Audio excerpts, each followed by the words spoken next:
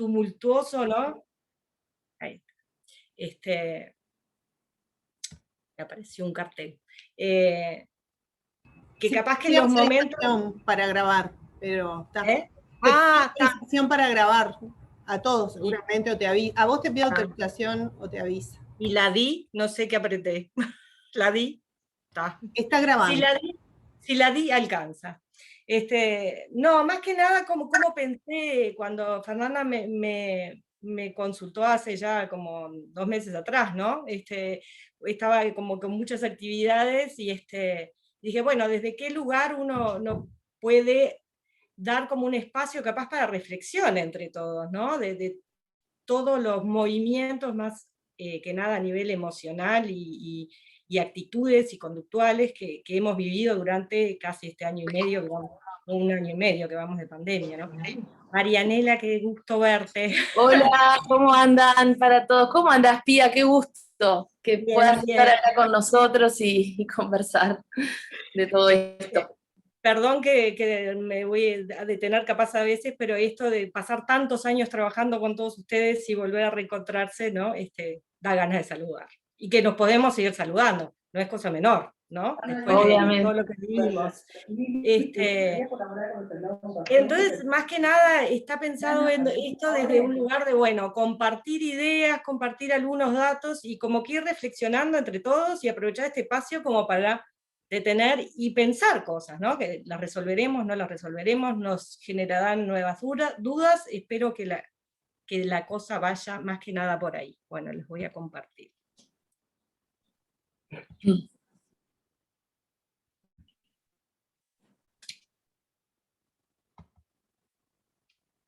Bien. ¿Por qué pensé en este nombre? Pensé en este nombre más que nada por estas cosas, por estos movimientos emocionales que se han dado más como de respuesta social al equipo de salud, ¿no? En este año y medio. Entonces, como que este lugar de ser ángeles o ser demonios fue apareciendo continuamente en todo lo que tenía que ver con los discursos, con la prensa, con las actitudes, con los comentarios, y atraviesa un poco lo que Fernanda me pidió en su momento de hablar un poco a nivel de comunicación, ¿no? Entonces, digo, ¿es solo comunicación lo que tenemos que pensar ahora o qué otras cosas atraviesan además la comunicación y la relación médico-paciente? Vamos a hacer primero como cierto estado de situación, ¿no? Ponernos otra vez, pensar un poco lo que fue este año y medio y qué aspectos aparecieron en relación a la pandemia y al manejo de la pandemia y cómo se fueron dando cronológicamente. En febrero del 2019 aparece esta nueva enfermedad, es lejos, está en Asia, es otra cosa más que ocurre en China y capaz que nunca nos llegue a nosotros, ¿no? Pero enseguida llega al Uruguay en marzo y empiezan a aparecer todas estas situaciones de manejo social, ¿no? Que nos dan un cuadro de cómo va a ser la expresión emocional y el impacto emocional de la pandemia en todos, ¿no? Esta es una situación colectiva, la gente cada una responde desde sus características y su forma de ser, pero hay determinados elementos que nos atravesaron, ¿no? El famoso quédate en casa, que se acompañaba de aplanemos la curva, ¿no? Que es yo a veces bromeo un poco de que la curva más difícil de aplanar para cada uno fue la curva del peso, ¿no? Porque con esta cosa de estar encerrados y comiendo sin parar, era un continuo de cómo hacemos para no seguir engordando. Quédate en casa estaba atravesado por los conceptos de manejo de enfermedades contagiosas que tenía que ver con la cuarentena o con el confinamiento y el aislamiento social, ¿no?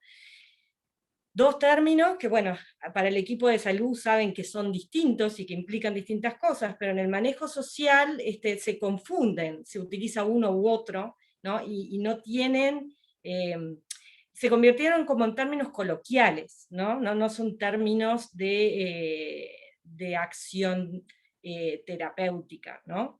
Y más que nada estaban vinculados a esta situación de exacerbar todo lo que tenía que ver con las emociones, ¿no? cuando surgen estos términos de la cuarentena o el aislamiento, tiene que ver con el juicio, ¿no? Porque ante estas situaciones aparece mucho como una doble moral sobre quién cumple y quién no cumple medidas, quién cumple y entiende.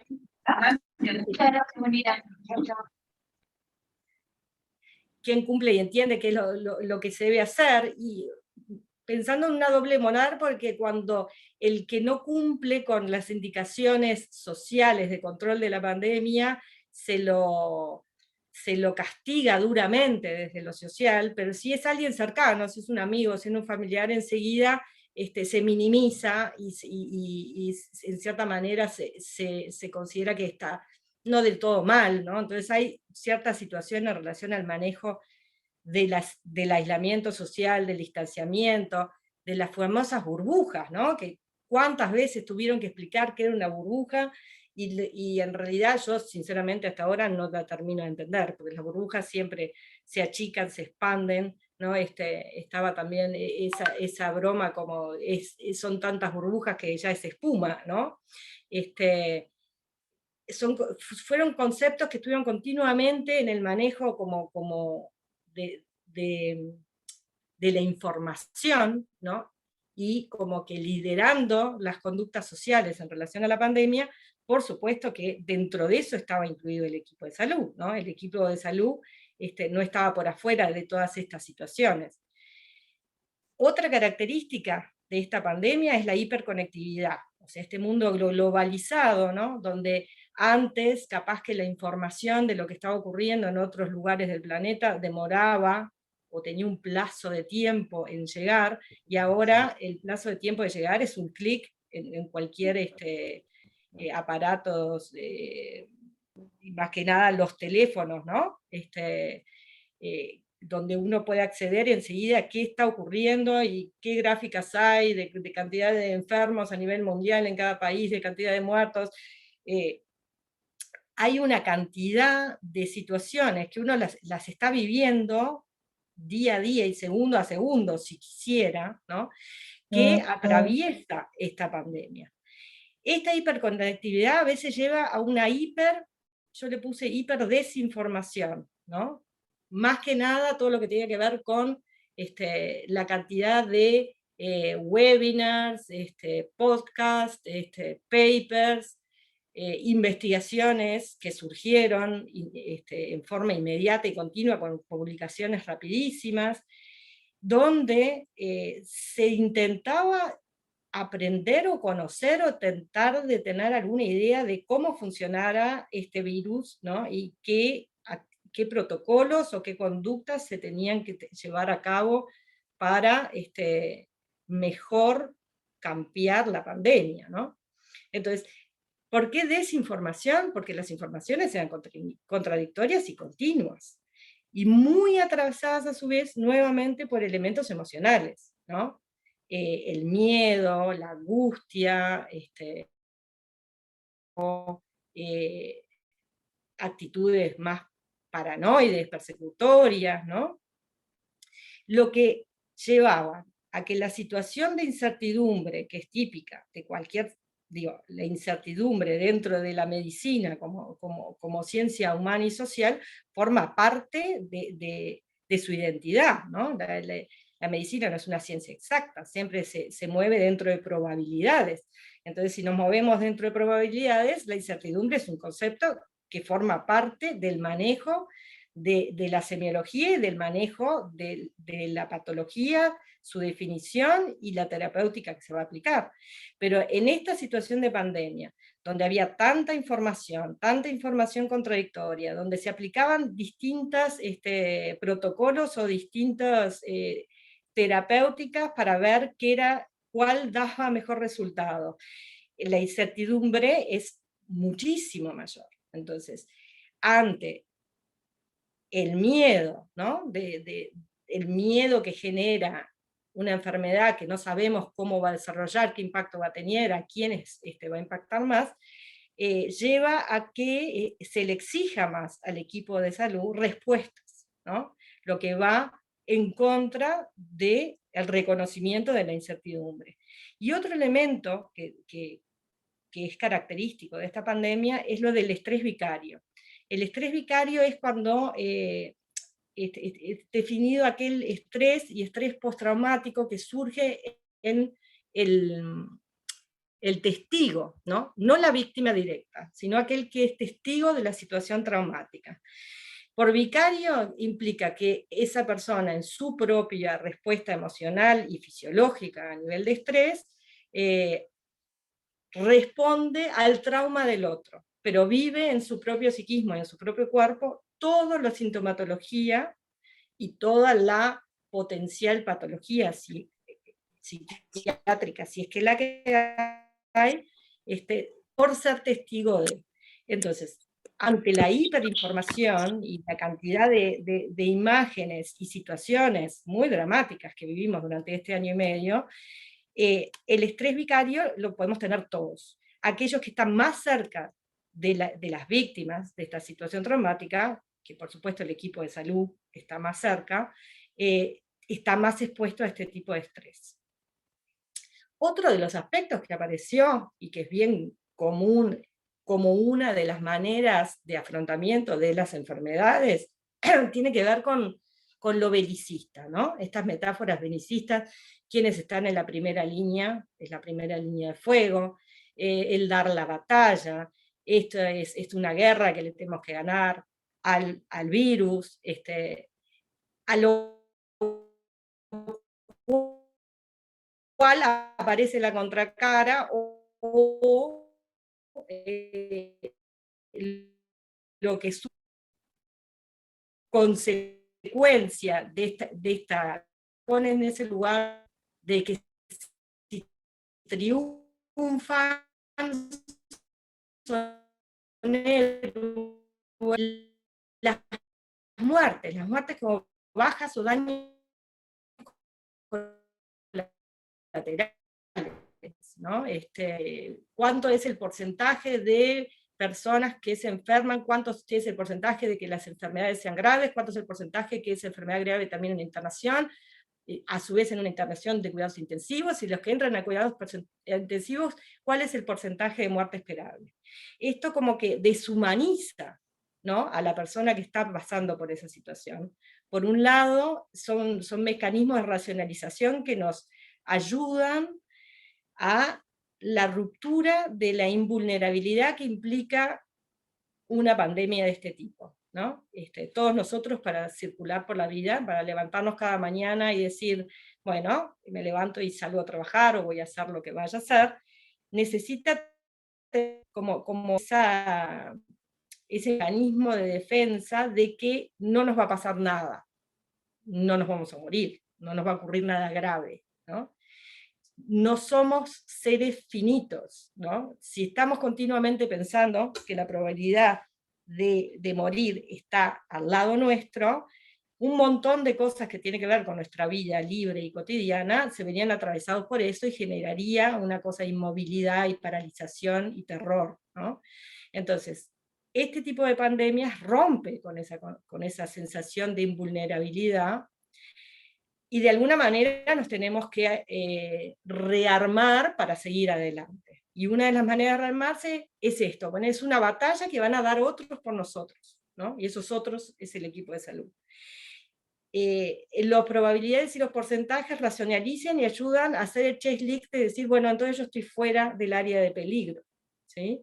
Esta foto que yo la elegí, estos que son camiones de guerra militares, es una foto de una ciudad en Italia que fueron de las primeras que tuvieron esa cantidad de muertos por día, que era terrible, no sé, algo así como 700 o 800 muertos en un día, y los camiones militares los enviaron a esa ciudad para sacar los muertos de la ciudad y llevarlos a enterrar. Entonces, me pareció que era una foto bien significativa, porque realmente esta metáfora belicista atraviesa todo lo que tiene que ver el comportamiento esperable y más que nada en el equipo de salud. Esto lo quiero mostrar porque es otra cosa que tiene que ver con la pandemia y cómo la estamos viviendo, que son los cambios a nivel de utilización de medios, ¿no?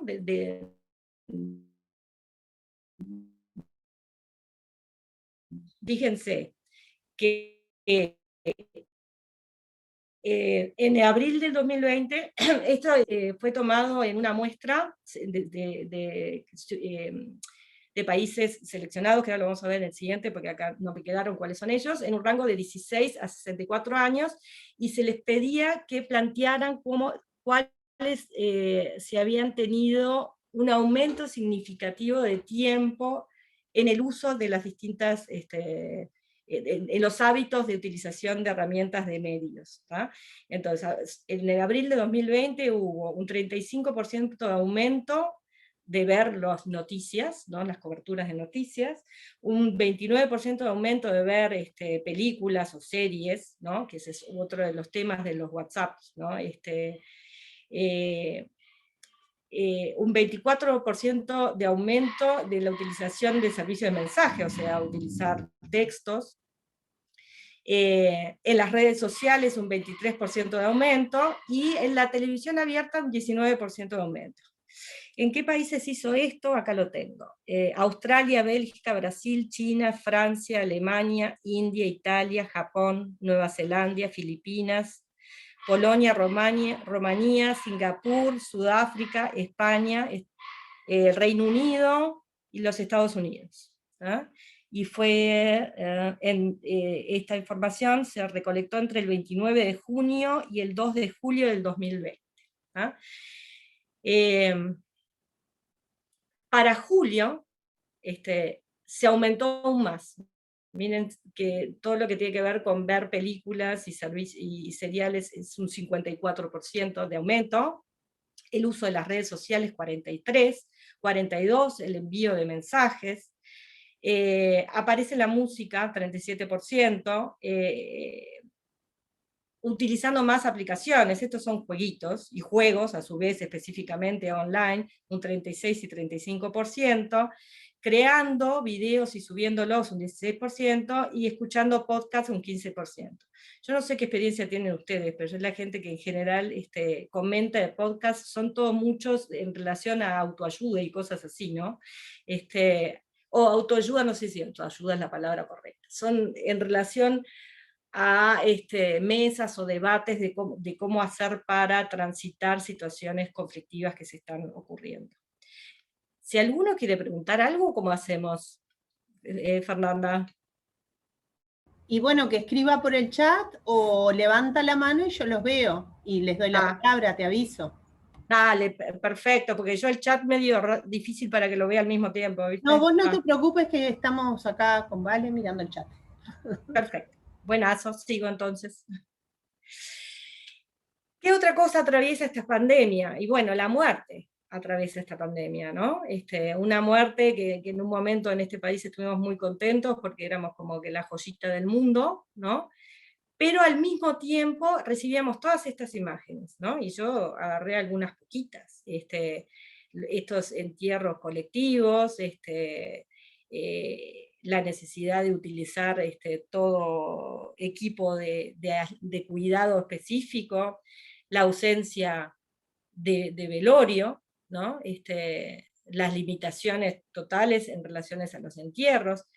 ¿Y qué nos pasa con este tema de la muerte? Yo me acuerdo de en noviembre o por ahí, que fue la primera vez que hubo 7 muertos en un día, y teníamos una reunión por Zoom, y la verdad que nos llevó como 15 minutos antes de iniciar la reunión, hablar y elaborar entre todos de qué horrible que se habían muerto 7 personas, ¿no? Y cómo en el momento que se morían 75 personas por día, decíamos, sí, qué espantoso y horrible, algo hay que hacer, pero no llevaba 15 minutos de hablar del tema, ¿no? Esto tiene que ver con la exposición, y la exposición a aspectos que nos generan mucho miedo, mucha angustia.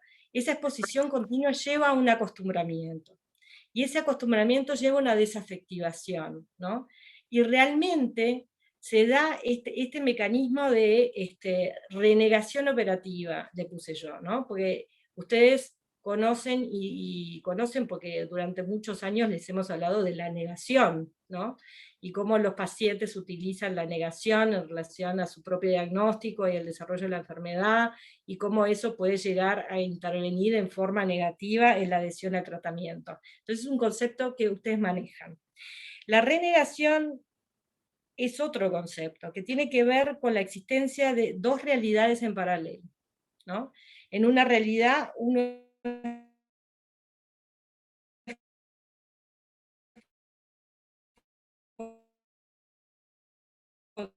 muerte. ¿Escuchan bien? No, se cortó ahora. Se fue. Pía, Sí. se cortó un poquito. Capaz que si te sacás la cámara, capaz que para la conexión esté más estable. ¿Dónde? Perfecto, espérate que voy.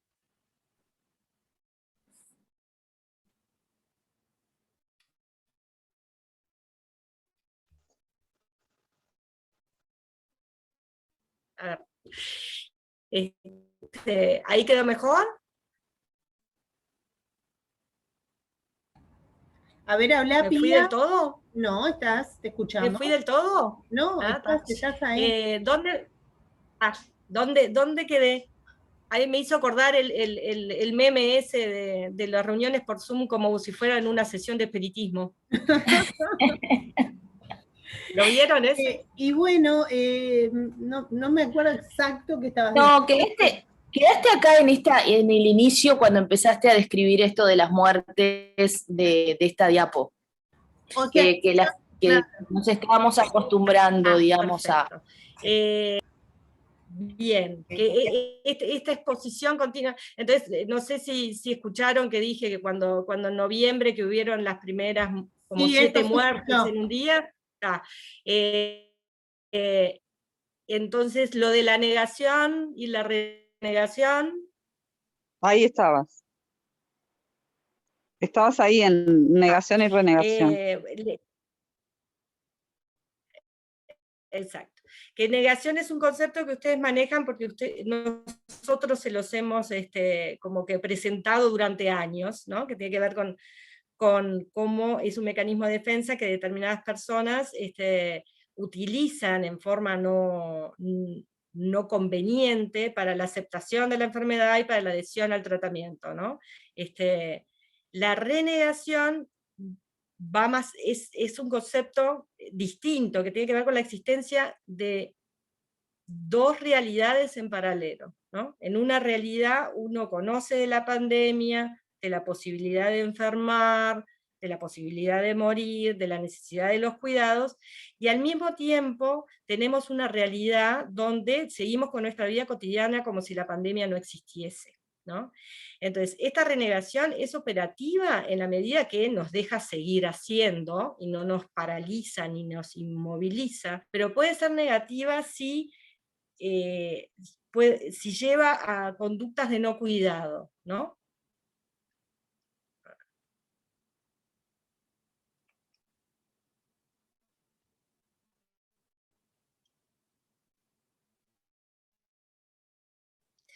Bueno, estas diapos anteriores eran más como una cosa más global, ¿no? De lo como viene el mundo viviendo la pandemia. Pero ¿qué nos pasó a nosotros, ¿no? Según Fernando Figueiras, en el inicio de la pandemia, en marzo, había un stock de resiliencias, ¿no? Tanto a nivel económico como sanitario y poblacional. Se crea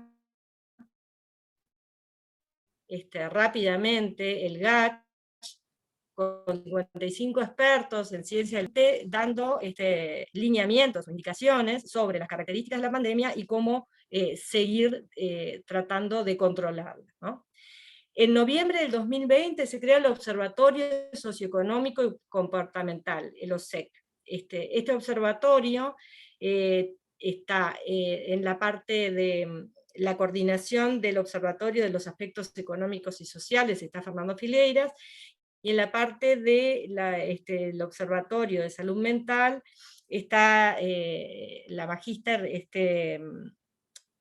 Alejandra López Gómez, y con un equipo que está compuesto por gente que ustedes conocen mucho, por Ricardo Bernardi, también está Nicolás Bagatini, Denis Dogmanas, y otros colegas, que están trabajando justamente en el aspecto de ir recogiendo los datos y elaborando investigaciones sobre la reacción de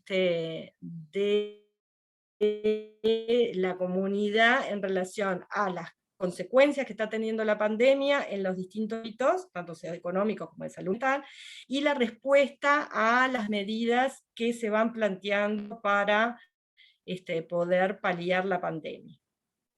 En marzo comenzamos con la campaña de vacunación, y al mismo tiempo Uruguay, que era la joyita, me apareció, sigo ahí porque me apareció que estaba inestable el internet. A veces se va un poquito la voz, pero te estamos escuchando, creo, ¿no? No sé, los demás. Perfecto. Sí, se escucha bien. Se escucha perfecto, Pías. Bárbaro.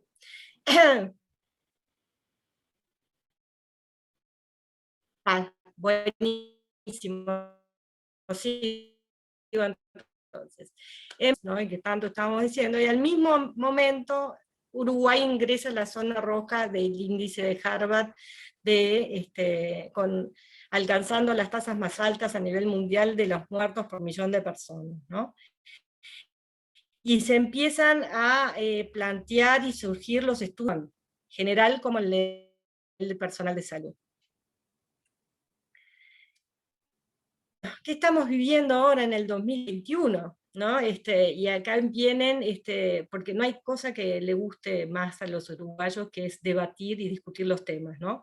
Sobre lo que hay que hacer, no hay que hacer, y quién lo hace, y cómo lo hace, y cuándo lo debe hacer, en una cosa de debates a veces sin fin, que pueden llegar o no a tener algún tipo de bajada a tierra con conductas compartidas entre todos y acordadas entre todos. Entonces, porque sin haber demasiado acuerdo colectivo, yo me acuerdo de que se frenó todo, él trabaja, él es ingeniero, tenía una que se detuvo, y que nosotros seguíamos. Él siempre decía, de Avenida Italia para arriba no existe la pandemia, ¿no? Cruzabas Avenida Italia para significativamente, no solamente a nivel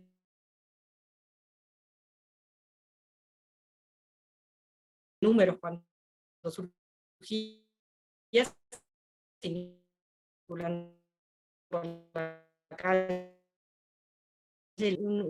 una situación, porque esto también está en movilidad, ¿no? La otra gran discusión o temor que apareció en el 2000. Hay que avisarle. Bueno, seguramente ya vuelve a ingresar, ya le avisamos, ya se debe haber dado cuenta.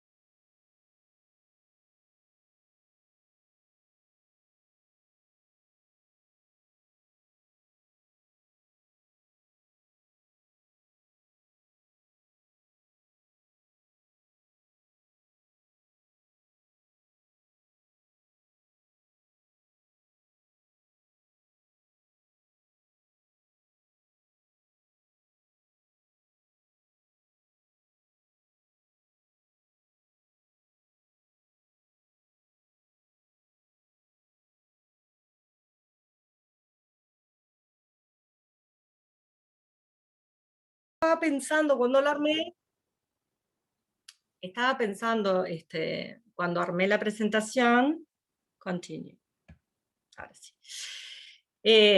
¿En qué había aparecido como nuevo en el 2021, ¿no? En lo que veníamos compartiendo, ¿no? Y primero aparecieron elementos que tenían que ver con esto, con las nuevas cepas, que yo ya me perdí porque letra griega vamos, donde cada vez que aparece una nueva cepa, como que la información mediática que se da es ahora la que viene es cada vez más terrible que la anterior, y realmente vamos a terminar desapareciendo de la faz del planeta, más o menos, ¿no? Porque ese tipo de manejo de información, de terrorismo, del miedo, ha sido una de las características de parte de la información de los medios, no todo, pero esta característica ha estado. Otro tema que surgía continuamente tenía que ver con la movilidad, ¿no? Se vuelve con todo, con el índice Harvard en rojo, con todo el aumento de los ingresos a las unidades de cuidados intensivos, con el aumento de las muertes, el tema de la movilidad vuelve a estar otra vez en el tapete, con muchos desacuerdos y mucha discusión, y sin poder terminar de llegar a una resolución colectiva o más coherente sobre lo que se puede hacer o no se puede hacer, ¿no? Donde generalmente el punto de corte de la movilidad ha sido siempre los ámbitos de educación, y sabemos el impacto que está teniendo estas restricciones a nivel de educación, a nivel de salud mental, a nivel de calidad y cantidad de educación, a nivel de impacto social, en etapas de desarrollo de los niños, de los adolescentes, y bueno, ustedes como docentes universitarios, obviamente, que no pueden de medicina a la clínica, es un tema y un debate en sí mismo. Y lo otro, que fue la famosa campaña de vacunación, que realmente ha sido una campaña impresionantemente faraónica, con una respuesta más que nada del equipo de salud en aquellos que están a cargo de los vacunatorios, que ha sido reconocida por todo el mundo, ¿no? La disposición de trabajo, la calidez, y es uno de los hitos positivos de este inicio de año, de estos meses, ¿no? Y ahí apareció, lo otro que apareció en estos meses fueron los endemoniados, como le puse, ¿no? Que son las vacunas, los laboratorios que hacen plata a partir de las vacunas, qué son cada vacuna, me la doy, no me la doy, que me expliquen hasta lo último, de por qué esta vacuna es crítica, la desconfianza.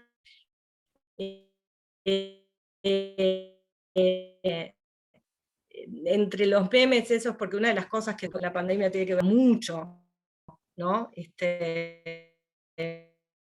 A sostener situaciones de angustia, era que el que había traducido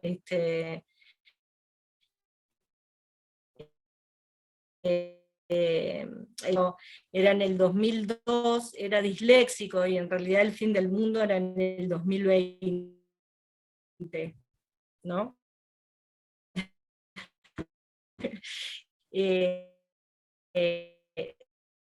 Obviamente, cuando surge todo el tema,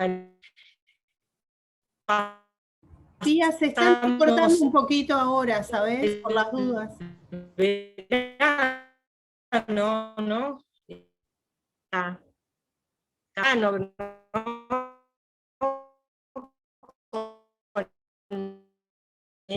enero, febrero, jóvenes que concurren a esa fiesta. Otros gran endemonizados son aquellas cosas que tienen que ver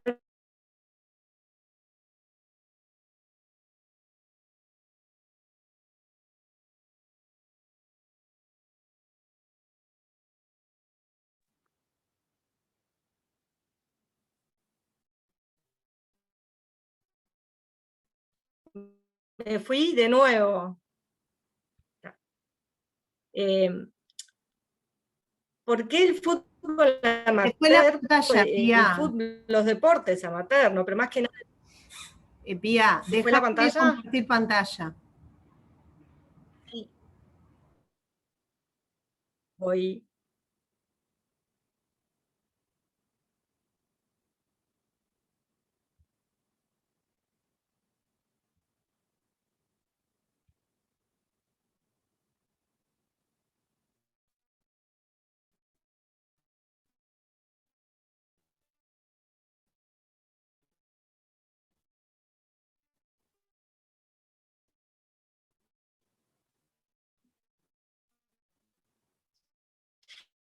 Cuando se empieza a plantear esto de el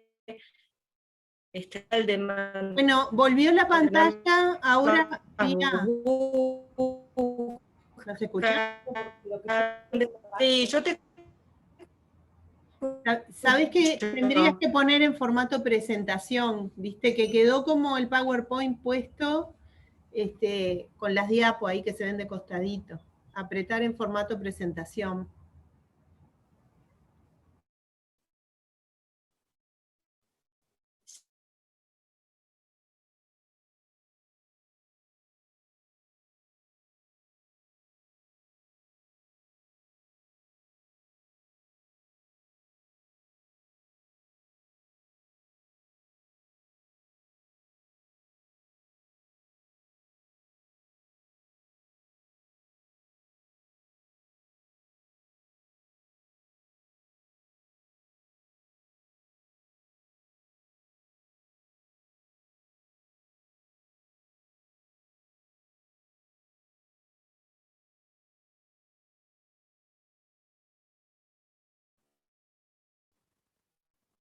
¿Ahí, Fernanda? Está perfecto, volviste a compartir. Muchas gracias, buenísimo. Bien. Ahí estaba diciendo que se empezó a manejar el concepto de fatiga, ¿no? Con el no cumplimiento de las medidas. Más que nada, y ahora no me deja pasar. Más que nada aquí, ¿no? Fíjense en esta gráfica terrible, donde las muertes empezaron a subir, subir, subir, ¿no? En esta etapa, de marzo a julio del 3, más que nada en este momento hay un mayor hincapié de observar las conductas colectivas en relación a esto y las conductas del equipo de salud, y es donde empiezan a surgir esta investigación que empieza en febrero del equipo del observatorio, donde uno de los elementos que se mide es la percepción de riesgo, porque consideran que la percepción de riesgo está muy vinculado a la posibilidad de fatiga en cuanto a cumplir las pautas que se indican para el manejo de la pandemia, ¿no? Entonces, fíjense qué interesante que es, se miden dimensiones cognitivas y emocionales, ¿no? Y la preocupación personal en relación al COVID, en febrero del 2021 era del 63%, en marzo del 74%, o sea que aumenta a la medida que aumentan las internaciones en CTI y las muertes. El acuerdo con enfermar de COVID puede ser grave también aumenta de un 70% a un 77%. La alta probabilidad de que un familiar o un amigo se contagie aumenta de 47 a 51. Si uno tiene en relación con la preocupación sobre la enfermedad en sí y la posibilidad de enfermar y gravedad, fíjense que igual es mucho menor, ¿no? El acuerdo que esta pandemia va a afectar a mucha gente pasa de un 69% a un 81%, pero miren qué interesante esto, la alta probabilidad que yo me enferme es de un 32 y un 37%. Entonces, esto atraviesa, es lo que yo se vincula un poco con esto de que yo decía de la renegación, ¿no? Sí, sé que pasa, sí que es grave, sí me da miedo que le pase a gente que yo quiera, pero no, seguramente no le pase tanto como al resto de la población, a los demás le va a pasar más que a mí, pero a mí no me va a pasar. Entonces, eso condiciona muchísimo las conductas y las actitudes. ¿Ah? Los estudios que se han hecho durante la pandemia de los efectos de salud mental, son estudios que han salido, estos son papers a nivel de Estados Unidos, España y China, encuentran que la población vulnerable para el COVID en relación a su salud mental son el sexo femenino, los ancianos y estudiantes, aquellos que tienen una autopercepción de mal estado de salud previo, los que tienen síntomas físicos, aquellos que tienen un alto nivel de preocupación por sus familiares, las dificultades en la información, esto que veníamos hablando, de demasiada información y contradictoria, la frustración y el aburrimiento, los temores a padecer la enfermedad en sí misma, suministros insuficientes a nivel de alimentación y a nivel de accesibilidad a la salud, pérdidas económicas y laborales, el estigma social del recluido, esto es lo que yo les comentaba, ¿no? En relación a la cuarentena y la vigilancia de aquel que debía estar la vigilancia social del que debía estar en cuarentena. ¿Se acuerdan a los inicios de todo, aquella persona que fue infectada y se fue, creo que a Punta del Diablo, y atacaron su casa para que no volviera, ¿no? Todas esas situaciones que se dieron a nivel social. Con el equipo de salud lo que ocurría era que aquellos que vivían en el...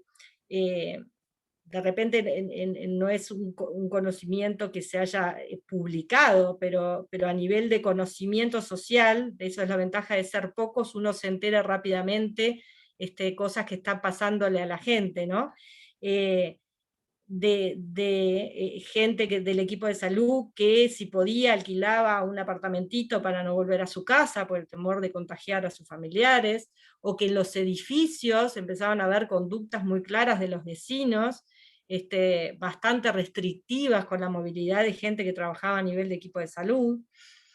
El sentimiento de privación de libertad, ¿no? Porque esta cosa de autonomía que teníamos fue coartada por la pandemia y por un montón de medidas que tuvieron que tomarse para evitar que la pandemia se expandiera. Y la inexistencia o no utilización del factor protector de los sentimientos de solidaridad y apoyo mutuo, ¿no? Hay gente que está muy aislada y que no puede... uno de los mecanismos de manejar el miedo y la angustia y el temor es hacer cosas por el otro, ¿no? El ser humano es social, es gregario, está en colectividad, es solidario, y la solidaridad ayuda, es un gran protector de la salud mental. A nivel emocional aparecían las emociones primigenias, que son el miedo, la ira. Hay gente que trabaja a nivel de consultorio que plantea que la depresión que está teniendo, la expresión de la depresión durante la pandemia en los pacientes está muy enfocada en la ira, o sea que hay un sentimiento de mucha agresividad y enojo. La tristeza, el deseo, el apego y los cuidados, el sistema de apego se activa en las situaciones en las cuales uno está potencialmente expuesto a una situación de muerte o gravedad, ¿ah? O una situación de extrema vulnerabilidad. Eso activa el sistema de apego. Nosotros los adultos no tenemos el sistema de apego activado como los niños, porque lo necesitamos.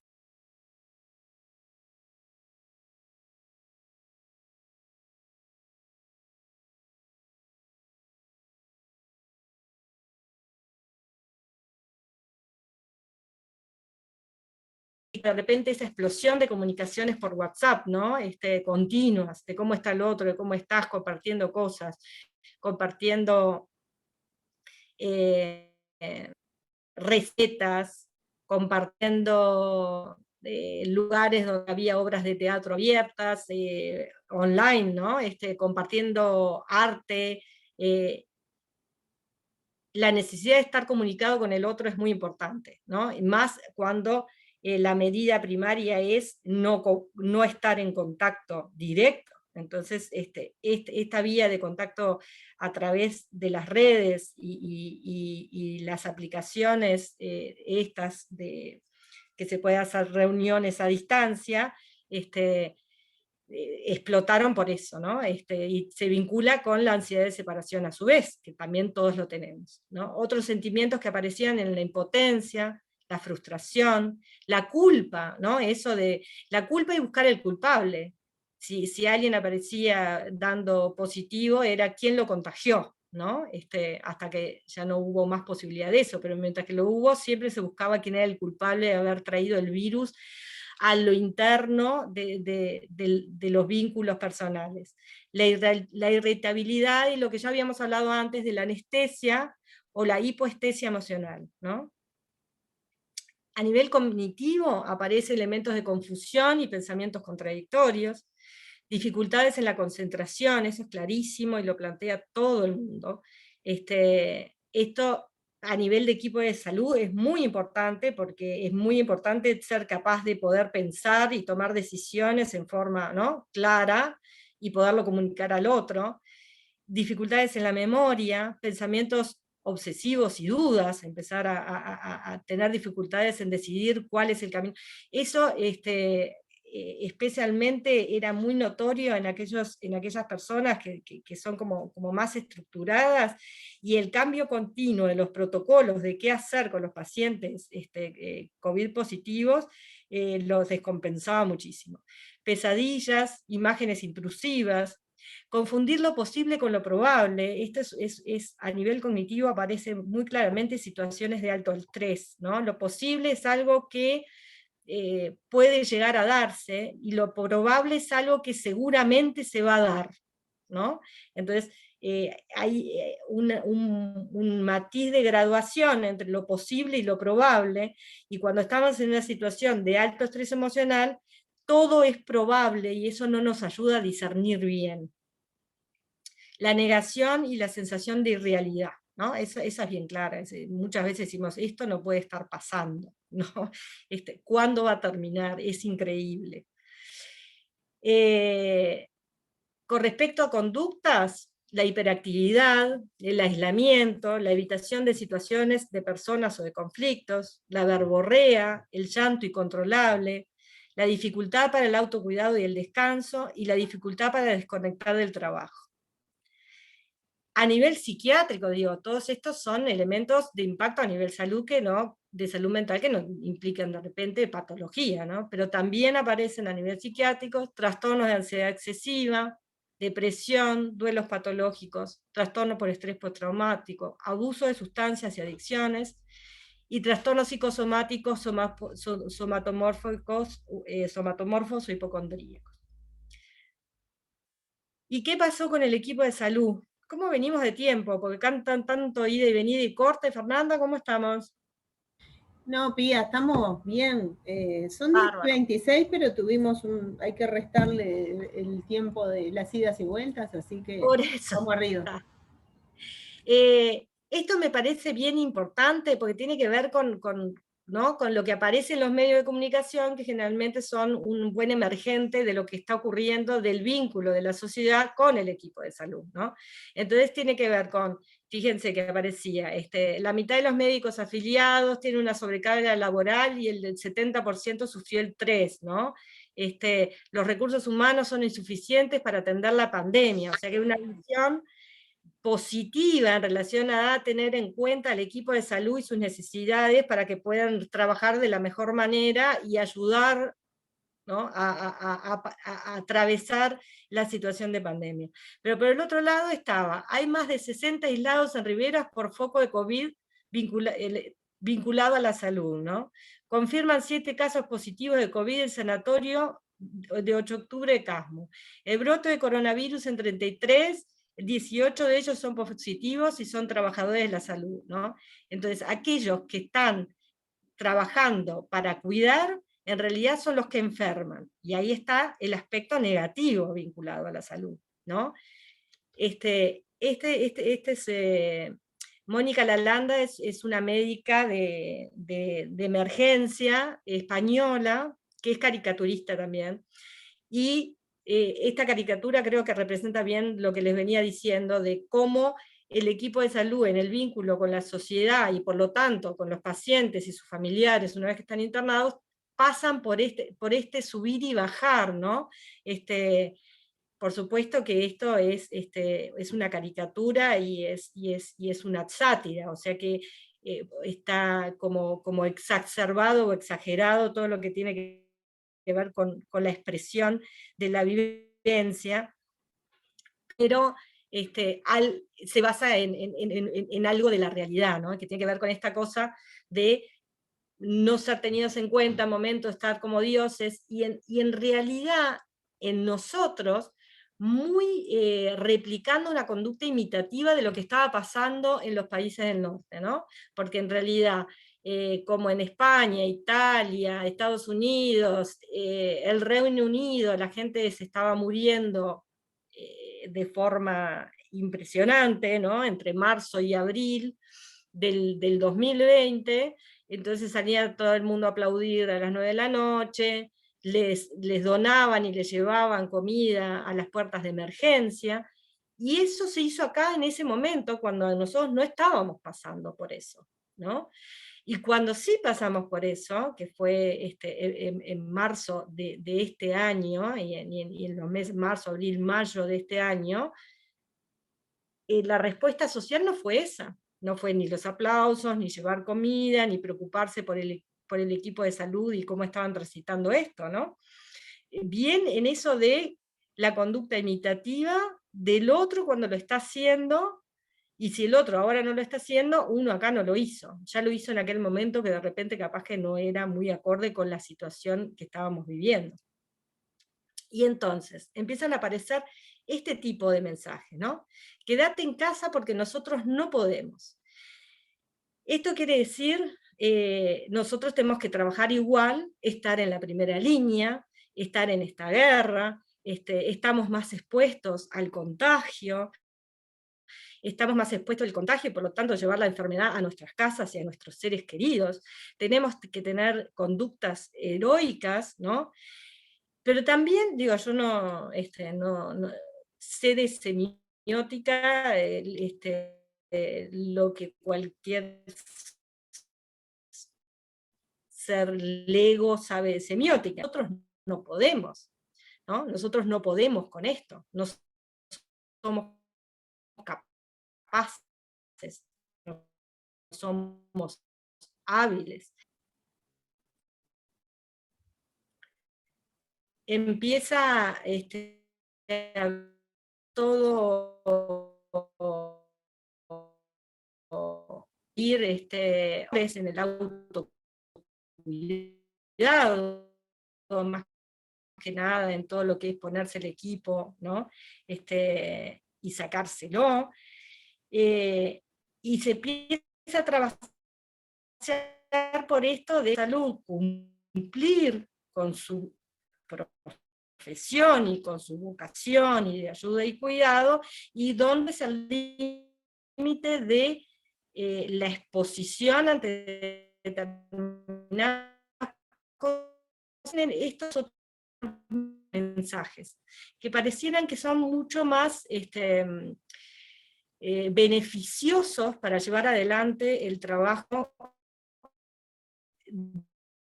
del equipo. Quédate en casa, ayudarnos.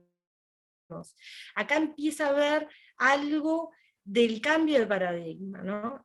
Esto no es el equipo de salud, heroicamente soluciones. Acá hay algo que va con el ir y venir de trabajemos juntos para entender lo que nos está pasando. Y es un cambio muy importante de paradigma. En la relación médico-paciente, lo que surge es ¿no? Del equipo a los pacientes desde lo emocional, entonces que 100% a cargo del equipo de salud, la demanda de la sociedad a que el equipo de salud se comporte de una manera excepcional. Entonces ahí aparece ante la exigencia y la demanda, aparece el enojo, aparece la ira, aparece el estrés vicario, este que hablábamos antes, que también si lo buscan a nivel de repercusiones del equipo de salud lo van a encontrar como trauma secundario, tensión empática, fatiga de compasión. Aparece la desensibilización, ¿no? Como que el conocimiento de la persona que fallece era mucho mayor al principio, después como que se empieza a deshumanizar el otro, ¿no? El miedo y la frustración. En la comunicación se agregan un montón de barreras comunicacionales que antes no teníamos, ¿no? Por lo pronto el estado en sí del paciente, es un paciente que le cuesta respirar y por lo tanto o está intubado, o sea que la comunicación no es fácil. No hay acceso a la familia humaniza al paciente, ¿no? La familia de cierta manera nos trae elementos, nos trae recuerdos, nos trae vivencias, nos trae afectos en relación al paciente que son muy importantes. Y al no haber un acceso a la familia, esta parte de la humanización del paciente se ve muy menguada. Hay todo un equipo de protección, que fíjense cómo en algunos lugares del mundo lo que hicieron fue agregar esta foto con el nombre, ¿no?, del médico y la cara del médico, para que el paciente pudiera ver cómo era esa persona atrás de todo este equipo de protección. El conocimiento de la cercanía de la muerte fue muy difícil, y es muy difícil de manejar, ¿no? Esto de saber que el paciente sabe que si pasa determinada situación y termina con una intubación, lo más seguro es que se muera, ¿no? Y eso angustia mucho al equipo. El desborde de los ingresos, el triage, ¿no? Qué lugar y qué había o no había en los cuidados intensivos, y el estado emocional del paciente, y el estado emocional del paciente, no, el estado emocional del equipo, también es una barrera comunicacional, ¿no? Uno de los elementos que más puede generar trabas en el momento de entender al otro, o tratarse de hacer entender, es cuando uno está desbordado por emociones muy fuertes. Entonces, ¿en qué nos encontramos ahora? Que esta pandemia en realidad es una sindemia. ¿Y qué implica una sindemia?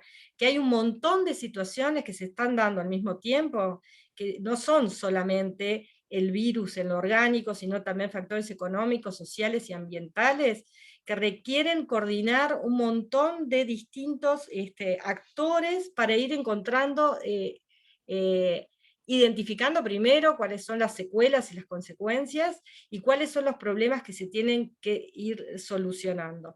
Y el equipo de salud es uno de los ítems importantes y que son foco de atención para cómo entender qué situaciones hay que ayudar y apoyar.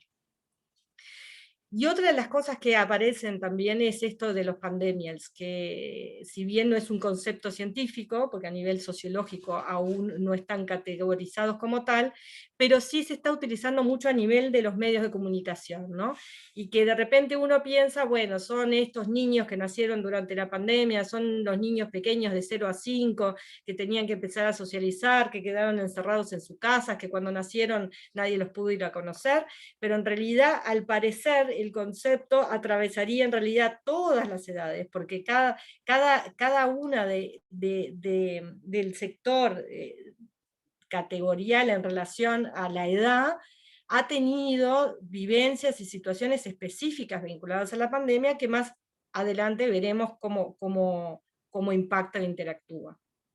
Entonces, para ir terminando, el COVID-19 que nos ha viniendo revelado hasta ahora es la importancia de la interacción de los humanos, no solamente porque la interacción se da el contagio de lo biológico, sino que también se dio el contagio emocional, ¿no?, de estas defensas masivas, de las manipulaciones, los temores, las falsas noticias.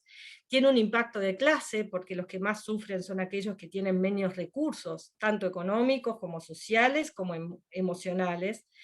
Se han documentado actitudes a nivel de población de aceptación y positivas en relación a seguir trabajando o creando nuevos aspectos relacionados con la pandemia, pero también de negación, aquellos que dicen que la pandemia no existe, existe o que son antivacunas, situaciones de ira y persecutorias, y actitudes de oposición abierta, ¿no? A todo lo que tiene que ver con lo que implica la pandemia y la exposición a la pandemia, y momentos de desbordamiento eufórico. Yo esto me acordaba cuando filmaron a los niños en Israel, que se sacaron todos juntos el tapaboca al mismo tiempo, y creo que 10 días después se tuvieron que volver a poner el tapaboca, ¿no? Como esto de ya está, también es algo que es muy tentador para el psiquismo humano. Revela la vulnerabilidad sanitaria, incluso en los países desarrollados y urbanizados, y implica que hay que gestionar los momentos críticos a nivel de los sistemas sanitarios, ¿no? Y tener en cuenta aspectos de la organización, del presupuesto, las prioridades, las necesidades tecnológicas, necesidades de los profesionales, tanto de formación como actitudes y aspectos emocionales a reforzar y entrenar, la ética y la bioética, ¿no? Y recordemos que los demonios son ángeles caídos, ¿no? Entonces, el equipo de salud obviamente es el que está muy sometido a las circunstancias que tiene que ver con la elaboración emocional, la contención y la resiliencia que la pandemia hace visible. Tienen situaciones de sobrecarga y desbordamiento de la demanda asistencial, riesgo de infección continuo, equipos de protección personal insuficientes e incómodos, necesidad de proporcionar no solo atención sanitaria, sino también apoyo psicológico a pacientes y familiares, existencia de una gran presión emocional en las zonas de atención, en forma directa, con dilemas éticos y morales. Y entonces, ¿qué efectos ha tenido esto en el equipo de salud y que se ha visto hasta ahora? Y bueno, aparece burnout, aparece el estrés postraumático, más que nada en aquellos que están expuestos a la frecuente presencia de muerte, cuadros depresivos ansiosos, trastornos de la alimentación, consumo de sustancias, trastorno del sueño, sobrecarga emocional, lo del trauma vicario, y cuestionamientos sobre la elección. A mí lo que me ha llegado mucho es esto, estamos continuamente todos diciendo, la red de especialización, yo cuando termine esto me voy a cambiar a otra cosa, o yo no hice esto para terminar atendiendo pacientes de determinado tipo, ¿no? A veces son como mecanismos como de descarga de la sobrecarga, ¿no? Que esto no quiere decir que a futuro todos los que plantearon eso se vayan a cambiar de especialización, ¿no? Pero surge. Este es otro caricatura hecha por Mónica Lalán, que quiere decir, ¿qué necesitamos los profesionales sanitarios? Bueno, ante todas estas cosas a las que está siendo expuesta el equipo, necesita que se lo proteja y que las instituciones respondan en cuanto a dar todos los insumos de protección necesarios, necesitan ser escuchados, ¿no? Y poder uno autoobservarse y poder hablar sobre lo que le está pasando. En esto es muy importante la presencia del equipo, como de sostén mutuo, ¿no? Necesita tener instancias de formación y de preparación y de poder pensar toda la información que va surgiendo sobre cómo se comporta el virus, y necesita el apoyo de la sociedad, necesitan, por supuesto, que cuidarse a sí mismos, dormir bien, comer bien, poder estar con momentos de ocio, ¿no? Que son muy importantes, porque a veces atraviesa la culpa de tener que estar continuamente al servicio del otro, y si uno no duerme bien, no come bien, y no tiene momentos de dispersión, y momentos de encuentro con los seres queridos, y la familia, y en cierta manera estar en contacto con todas aquellas personas que nos llenan desde lo emocional, no es un buen profesional, ¿no? Las situaciones heroicas en el equipo de salud en general son como la manifestación de fallas a nivel de la organización y el cuidado de los profesionales, ¿no? No necesitan ser héroes ni ángeles. ¿Cómo estamos ahora? Y bueno, este es el informe que salió sobre la incidencia de la vacuna, y la verdad que es muy alentador, ¿no? Y por lo pronto el equipo de salud está haciendo la eficacia de la vacuna en el cuidado del equipo de salud está siendo muy buena. Tenemos acá con Pfizer, fíjense que la tasa, el índice de cada 100.000 de contagio es de un 29%, lo cual es incomparable en relación a la población no vacunada. Y para terminar, Tajer es una psicoanalista argentina, y tiene una que se llama así, como la plantita en la grieta, la vida siempre encuentra cómo seguir, y me parece que es un lindo mensaje para terminar.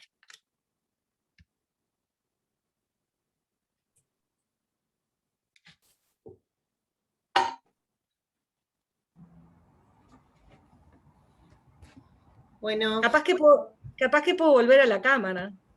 sí, capaz que sí. Muchas gracias. Porque viste que a veces el PPT también, no sé, genera, interfiere.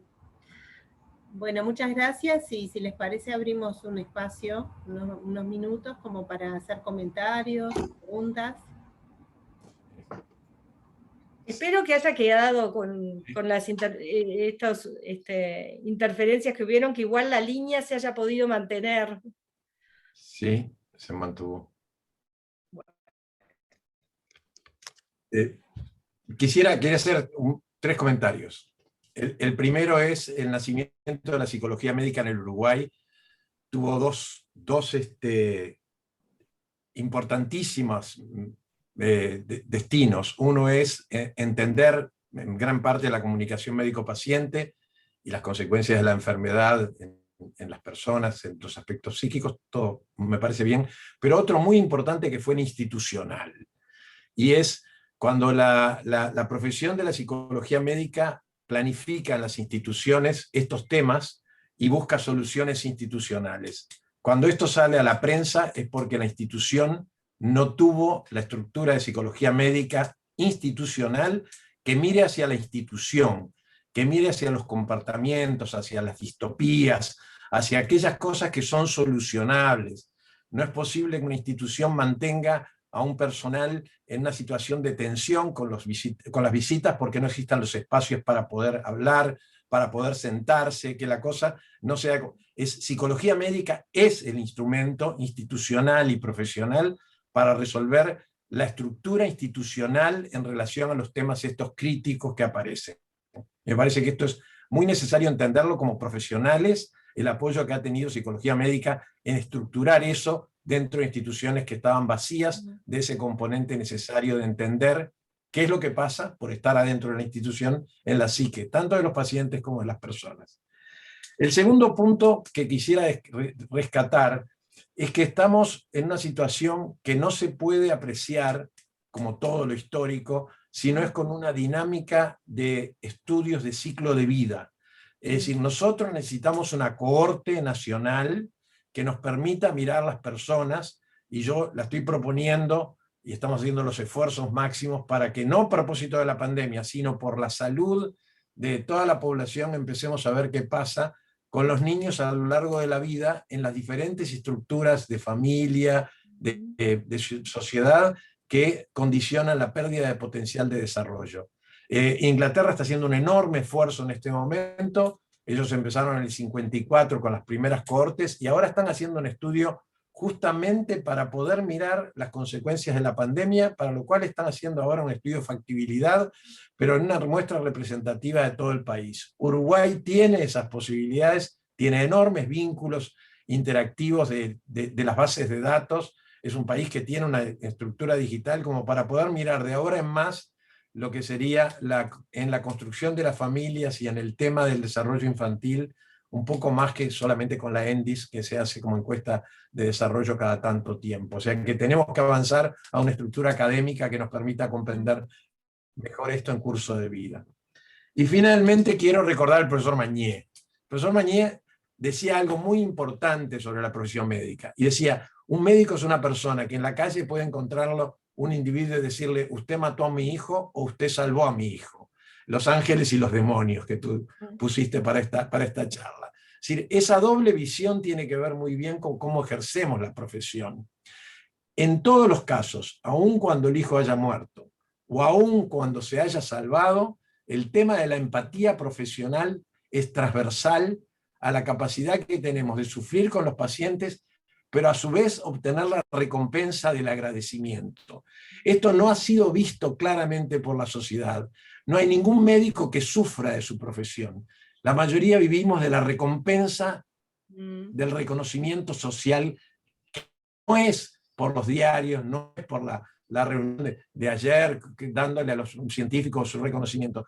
Es la diaria, es la persona que te llama 20 años después y te dice: doctor, siempre nos acordamos el día del cumpleaños de mi bebé porque usted lo salvó, o siempre nos acordamos porque usted nos acompañó en aquella pérdida. Yo creo que no podemos mirar con desprecio o con miedo el ejercicio de una profesión de entrega, porque la empatía dentro de nuestra función es nuestra mejor herramienta. Claro que cuando nos obligan a ser empáticos de pie, no es lo mismo que cuando nos dan la posibilidad de ser empáticos sentados, y yo diría que, para terminar y acortar, es que los médicos deberían ser juzgados por una métrica, que sea cuántas palabras escuchan sobre cuántas palabras dicen en una entrevista. Y creo que en esa métrica estamos desfavorecidos por la cantidad de las cosas que creemos que tenemos que decir y no nos damos cuenta que lo único que podemos decir: estamos disponibles, estamos dispuestos a seguir escuchando, llámenos cuando usted quiera. Y eso creo que es algo de recompensa que yo testimonio que dura para toda la vida. Así que quería felicitarte. Nos sentimos siempre ángeles y demonios, pero la gente nos recompensa un poco más por ángeles que por demonios. Por suerte.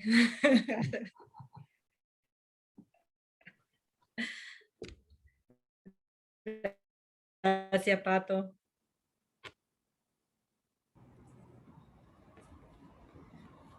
Bueno, difícil después de todo lo que dijo el Pato, agregar algo, porque dio el cierre, pero en realidad yo lo único que quería señalar es que en este rol institucional del equipo de psicología médica, cuando se vino la primera ola y empezaron a ver pacientes, en nuestro caso, de la esfera perinatal, digamos, del área perinatal, internadas en CTI, hubo algunas dificultades para poder abordar del punto de vista del sostén psicológico a las familias que no estaban en contacto con esos pacientes, algunos fallecieron, y creo que, bueno, ahí está un poco lo que decía el Pato de la capacidad institucional y la capacidad de respuesta ante situaciones nuevas que se fueron presentando todo el tiempo y que, como vos bien mostraste en ese precioso dibujo de M. Lalane, cómo el equipo de salud iba surfando por diferentes posiciones y etapas, y cómo la institución en realidad tiene una visión estándar y más bien chata del equipo de salud. Creo que, bueno, está muy bueno, y creo que ese es un punto que tal vez como equipo de salud tengamos que afinar a veces nuestra capacidad de respuesta conjunta, o sea, todo el equipo de salud y con el rol clave que tiene el equipo de psicología médica, a dar respuestas más rápidas, porque si no, la gente puede quedar un poco en sufrimiento y demonizarnos también en esas instancias. Exacto. Así que, bueno, muchísimas gracias, sí. Pía. Felicitaciones, Divina, la presentación como siempre. Espero que les haya servido, y mi intención era esta, como traer un montón como de aspectos distintos para generar una instancia como de pensamiento colectivo, ¿no? Fue más descriptiva que otra cosa, pero dando datos como para poder seguir pensando juntos y en realidad detectando, ¿no?, cuáles son las fortalezas que tiene el equipo y trabajando en ellas, porque digo, generalmente el tema es que la mayoría de la investigación se centra en lo malo y en lo patológico, ¿no?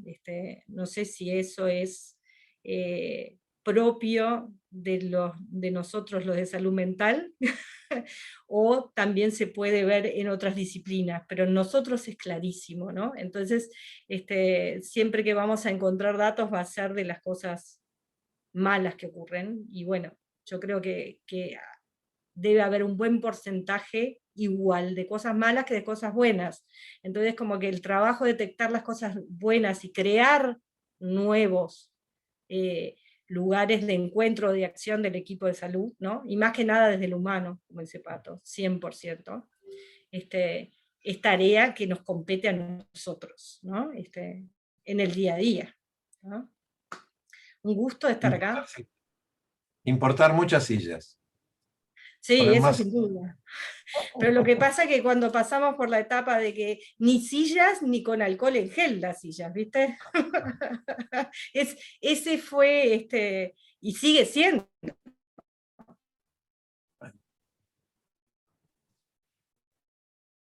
Uno de los tener lo humano en la comunicación y lo empático con todas estas restricciones. Ya me quedé.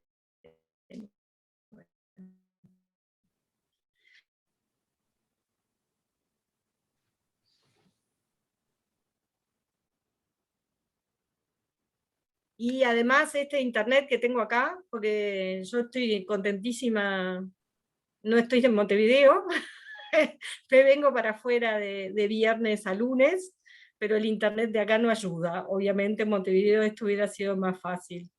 Silvia Taibo, tanto tiempo.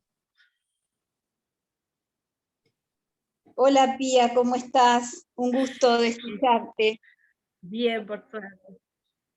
Y yo un gusto de verte también. No, la verdad que qué lindo ver tanta gente de tantos años que trabajamos codo a codo, ¿eh? Eso sí, sin duda.